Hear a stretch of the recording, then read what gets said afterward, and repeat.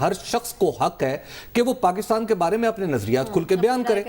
بات یہ ہے کہ جب آپ صرف عنوان رکھتے ہیں نا 18ویں ترمیم تو اس وقت سب کے کان کھڑے ہوتے ہیں. ہر بندہ سوچتا ہے کہ یہ 18ویں ترمیم تو پرائمریلی صوبوں کو امپاور کرنے کا پروگرام، صرف یہ نہیں، صوبوں کو امپاور کیوں کر رہے ہیں؟ یہ ان کے خلاف ہے. اور صرف یہ نہیں تھی، اگر آپ نے 18ویں ترمیم پہ بات کرنی ہے، آپ نے 18ویں ترمیم پہ بات کرنی ہے، آپ اسپیسیفک بات کریں. مثال کے طور پہ آپ کہتے ہیں کہ جناب مجھے ہمارا جو ہائر ایجوکیشن کمیشن ہے ہمیں اس کو دوبارہ امپاور کرنا ہے جو 18ویں ترمیم کے نتیجے میں کمزور ہوا ہے. بالکل ٹھیک بات ہے، کریں. اسی طرح آپ بے شمار اس طرح کے اسپیسیفک چیزیں ہیں جن پہ آپ کو اعتراض ہے، آپ وہ کریں. اور جہاں تک صوبوں کی کیپیسٹی کا مسئلہ ہے سعد رسول، وہ یہ ہے کہ صوبوں کے اندر واقعی کیپیسٹی نہیں ہے. پنجاب سو کالڈ ایک سب سے اچھا صوبہ ہے نا گورننس کا، سب سے بڑا ماڈل پیش کیا جاتا ہے. یہاں پہ گورننس کا عالم یہ ہے تعلیم کا. میں آپ کو ایک مثال دوں. مجھے سرگودا سے کچھ لوگوں نے اپنے وہ بھیجے جو انہیں نوٹسز آئے تھے میونسپل کمیٹی کی طرف سے، اور اسپیسیفکلی بھلوال سے، ایک چھوٹا سا شہر ہے جہاں پہ کینو پیدا ہوتا ہے. وہاں پہ لوگوں نے بتایا کہ وہ میونسپل کارپوریشن نے انہیں نوٹسز بھیجے ہیں کہ آپ اپنے نقشے ٹھیک کروائیں. حسب حکم کیا تھا؟ حسب حکم اینٹی کرپشن ڈپارٹمنٹ.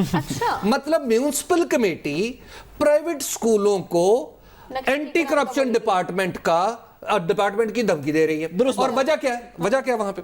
وجہ یہ ہے کہ وہاں کا ایک کوئی ڈائریکٹر ہے وہاں سرگودا میں، اس کو نئی ڈائریکٹری ملی ہے.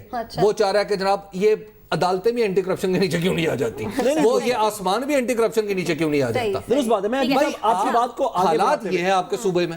آپ کی بات کو بڑھاتے ہیں، جیسے حبیب صاحب بھی بات کریں کہ صوبوں کے حالات کیا، کیپیسٹی کی بات ہوئی. تعلیم اگر سندھ میں دیکھیں، پنجاب میں دیکھیں تو تعلیم کی سچویشن، اگر سندھ میں بھی دیکھیں تو وڈیروں کے جانور بدھے ہوئے سرکاری دیکھیں میں اس میں 18ویں جہاں پر معاملات درست ہو سکتے ہیں، جہاں پر کوئی کمی کوتاہی رہ گئی، اسے ٹھیک کرنے میں کیا حرج ہے؟ اس کو میں بطور ایک طالب علم قانون اور آئین میں اس کو واضح کرتا چلوں کہ 18ویں ترمیم کا یہ مقصد نہیں تھا کہ صوبوں کو زیادہ پاور ملے. یہ مقصد نہیں تھا 18ویں ترمیم کا. اچھا، 18ویں ترمیم کا مقصد یہ تھا کہ پولیٹیکل پاور ڈیوالو ہو بیسک سطح کے اوپر، وفاق سے لے لی جائے اور بیسک سطح کے اوپر ڈیوالو ہو، جس وجہ سے دو سٹیپس میں 18ویں ترمیم میں ڈیولوشن ہونی تھی. 18ویں ترمیم کے تھرو آرٹیکل 140A جو لوکل گورنمنٹ بنانے والا ہے وہ بھی 18ویں ترمیم کے تھرو آیا. آئیڈیا یہ تھا کہ وفاق سے پاور لے کے صوبوں کو دی جائے گی اور صوبوں کی پاور آرٹیکل 140A کے نیچے بلدیاتی نظام کو دی جائے گی.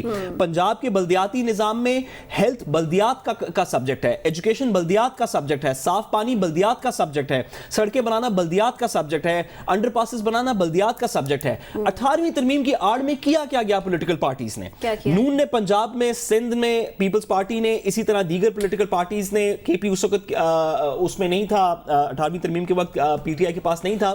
لیکن ہوا یہ کہ وفاق سے حکومت لے لی گئی اور اپنے صوبوں میں 18ویں ترمیم کی روح کو مد نظر رکھتے ہوئے بلدیات کو نہیں دی گئی پاور. وہ چیف منسٹر آفس کے اندر رکھ لی گئی. آج بھی پنجاب میں چیف منسٹر آفس کے پاس ہے، ایل ڈی اے کے پاس پاور ہے، دیگر کمپنیز کے پاس پاور ہے.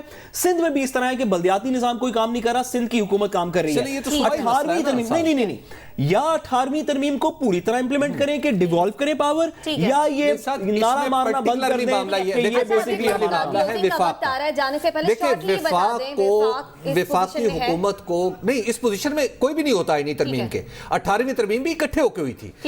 آپ ایک تو یہ کہ 1997 کے بعد کوئی نہیں ہوا، اسپیسیفک ایشوز آئیڈینٹیفائی کریں اور اس کے بعد پھر آپ لوگوں سے بات کریں، اکٹھا کریں ترمیم. ٹھیک ہے، لوگوں سے بات کریں، اکٹھا کریں اور پھر جہاں پر گنجائش ہے، جو نکات کمزور رہ گئے اس میں ترمیم کر دیں. پروگرام سے دیجیے اجازت، کل ہوگی آپ سے ملاقات. تب تک کے لیے اللہ نگہبان.